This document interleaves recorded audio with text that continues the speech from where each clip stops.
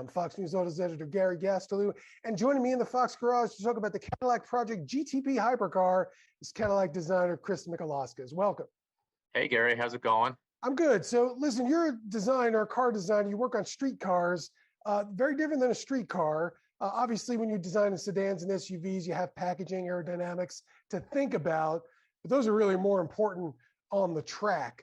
So as a designer and a design team, how do you start the approach to this? Is it form first, then function, or the other way around? Oh, it's 100% the other way around. Function feeds everything that we do with a race car. And like you just mentioned, with the production vehicles that we work on, sometimes there's a bit more balancing room there. But with a race car that's so purposeful, like the one we just did, the DPI car, is a beautiful car as well, but it was really more of a case of doing what we could with what we had. But with this LMDH race class, it opened up the rule book for the OEMs to get involved and to really make something unique to the brand. That way, when you're looking out on the grid, you see a bunch of unique cars, and it's way more exciting to a fan base than seeing a bunch of cars that look pretty close to each other. And on top of it just being a race car too, it's a way for us to show people we're still doing performance vehicles in the future, regardless of what their drivetrain might be. This is just something that might preview what that aesthetic looks like as well. So it's really exciting. And the DPI car is the current Cadillac race car in IMSA. As far as the new one, the Hypercar is concerned, the GTP Hypercar, it's designed for both IMSA and the World Endurance Championship. What are some of the key styling elements that scream Cadillac to people when they see this? First and foremost, I would say it's our lit signature, both the front and the rear car. Like you were speaking about our road going products a little bit ago. Everything Cadillac always starts with a vertical signature, and it's super recognizable from way down the grid. Like it's the thing we own above everything else.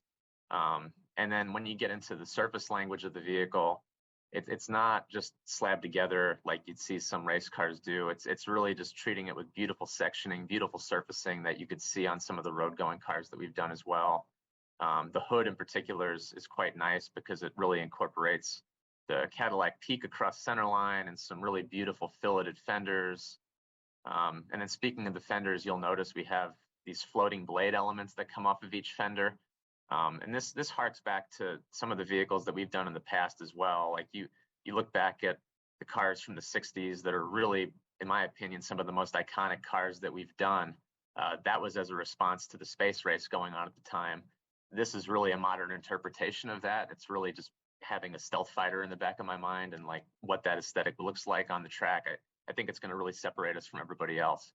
So tail fins, but horizontal this time around. It's essentially, yeah. Now that you've done this and you've seen what it takes to design a race car, Cadillac, you've got the V Series, a lot of performance models, the CT5, the CT4. What have you brought back from the track when you're working on your future performance models for production versions? Well, from a design side, it's really just figuring out what works best with aero needs. Design in general, I mean, from production cars to race cars, it's all the same to me. I'm just going to make it look as good as I can, but there are certain things that work and there are certain things that don't work from a performance standpoint. So I would say more or less the learnings from the aero side, the drivetrain side, as we're going to push for being EV soon here in the future, that doesn't really matter quite as much about the takeaway from this vehicle, but it's really just being able to incorporate things that we know will work. And then from the engineering side, I mean, I don't want Cadillac doesn't make a sport coupe right now. You've got the sport sedans and you got the new high performance Escalade coming out as well with that 600 something horsepower V8. What's their connection to the racing, especially when you're talking about a prototype that looks a little bit like the new Cadillac? You've tried as hard as you can, but it's not a model that they can go out and buy. Yeah, I think the racing is more to just talk about what the cars are capable of, not necessarily what the footprint looks like. I mean, if you've been in a Blackwing, if you've been in the new V Escalade, they're just really impressive machines. And even though they might not be a mid-engine sports car, they're super capable cars. And like again, I can't confirm what we're doing in the future from a product entry standpoint, but we're definitely not going to stop making performance forward cars.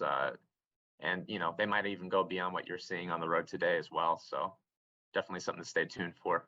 You personally sketched something maybe a little two-door sleek sports car? Yeah, I mean, I can't confirm or deny, but to be fair, I mean, some of our sketches go on the wall and some of them go in the garbage. So it doesn't always mean that it's going to become something.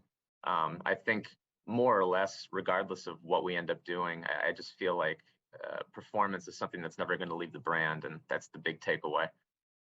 And I think you've kind of said this, but the transition from internal combustion to electric, not really that big of a deal for you as a designer when it comes to crafting these vehicles? I mean, you have to think about certain things like how air behaves and frontal airflow, that kind of stuff from a technical standpoint. But really, from just a push forward standpoint, the EV stuff is super exciting to me as well. Just again, from the motorsport side, the potential of what these things can do now is just unreal. You're getting these vehicles that, again, they don't all have to be mid-engine supercars, but they're able to accelerate like one. And that's something that we really never had in the past in automotive history. And I feel like just the performance potential of the batteries and the instant torque, if anything, performance vehicles are going to be just incomprehensibly fast in the future. And I think that's really exciting. All right, Chris Michalauskas, thanks for talking to us about the Project GTP Hypercar. Thank you so much, Gary. And to read more about it, head on over to foxnewsautos.com.